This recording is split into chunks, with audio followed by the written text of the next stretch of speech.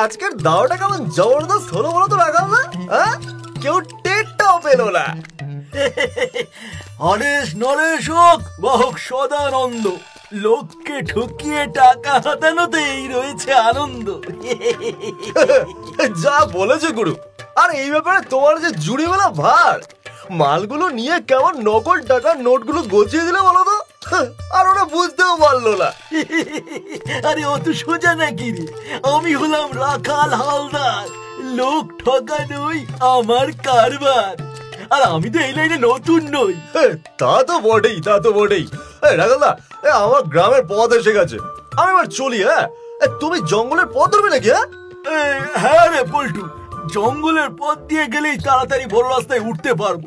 আসি তবে। হ্যাঁ আচ্ছা গুরু।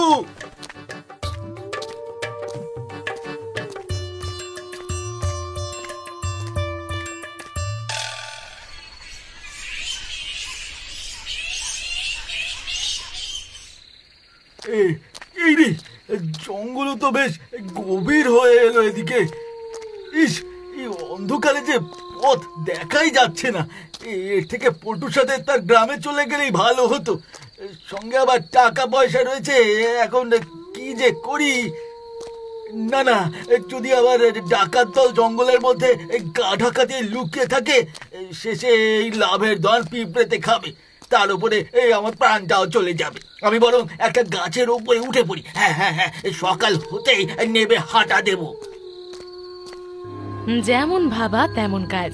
রাখাল সামনের একটা বড় গাছে উঠে বসে পড়ল। সে পুটুলিটাকে গাছের ডালে ভালো করে বেঁধে দিল। তারপর চারিদিকে তাকিয়ে বলল, বাবা, চারিদিকে কি ঘুটঘুটে অন্ধকার রে বাবা, একটা জোনাকিও বুঝি কোথাও নেই। সে যাই হোক, জন্তু জানোয়ারের উপদ্রব না হলেই হলো, নইলে আবার সর্বনাশ করেছে। এরা কি ডাকাত দল নাকি? আমরা কি চিতা সাজানোর কাঠ নিয়ে আসবো? আর বাকি যা জিনিস লাগবে আমি নিয়ে আসছি সর্দার। যা, শিগগির যা তোরা। আমার ভাইকে জ্যান্ত দেখার জন্য আমি আর অপেক্ষা করতে পারছি না। শুভ কামনা। এরা করছেটা কি? লোকগুলোকে দেখে তো ডাকাত নয়, বরং আদিবাসী বলে মনে হচ্ছে।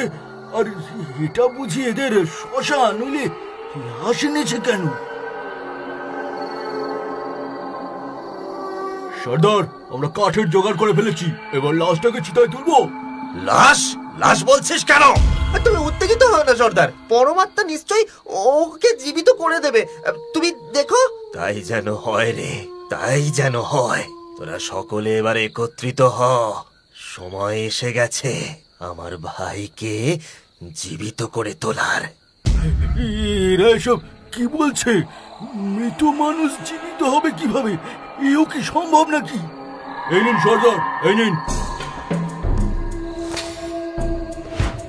হে জাদুই মশাল, আদিবাসী সর্দার হেমল মুর্মু, আমার জীবনের সমস্ত সঞ্চিত পুণ্যর বিনিময়ে আমার ভাই বিমল মুর্মুর জীবন ফিরিয়ে দাও, ফিরিয়ে দাও।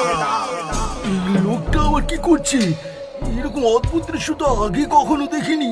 হে জাদুই মশাল, আমার জীবনের সঞ্চিত সমস্ত পুণ্য দিয়ে এই মশাল প্রজ্বলিত করে ভাইয়ের জীবন ফিরিয়ে দাও, ফিরিয়ে দাও। গুরু গম্ভীর স্বরে মেঘ গর্জে উঠল, আর সঙ্গে সঙ্গেই আকাশ থেকে উল্কার মতো একটা অগ্নিপিণ্ড ছিটকে এসে সর্দারের হাতে ধরা মশালের মধ্যে এসে লেগে আগুন ধরে গেল।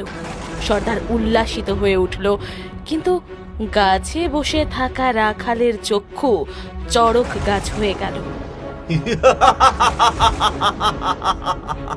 এইবার এসেছে সেই মুহূর্ত। এই মশাল ভাইয়ের চিতায় দিতেই সে বেঁচে উঠবে, বেঁচে উঠবে সে। মরা বেঁচে উঠবে? দেখি তো কি হয়। হে মা প্রকৃতি, হে জাদুই মশাল, তোমার চমৎকার দেখাও।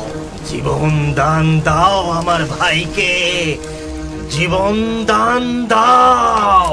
সর্দারের কথা শেষ হতেই চিতার ভেতর থেকে মচমচ শব্দ শোনা গেল, আর সকলকে হতভম্ব করে চিতার ভেতর থেকে সর্দারের ভাই বিমল বেরিয়ে এলো। তাকে দেখে সকলে উল্লাসিত হয়ে উঠল, আর রাখালের চোখ যেন ছানা বড়া হয়ে গেল। সে নিজের চোখকে বিশ্বাস করতে পারছিল না। বিমল, বিমল, আমার ভাই, আমার ভাই, তুই তুই বেঁচে ফিরে এসেছিস আমার ভাই। এ তো হওয়ারই ছিল সর্দার।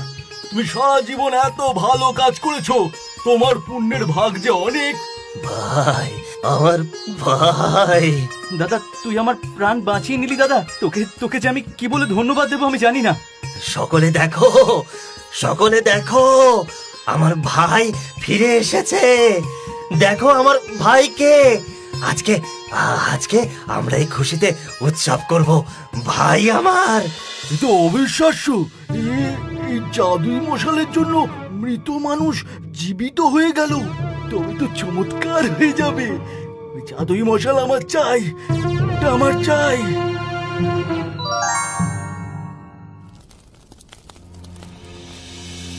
এই তোদের মাংস রান্না হলো? আজকে আমার ভাই বেঁচে উঠেছে। আজ জমিয়ে মাংস ভাত খাবো।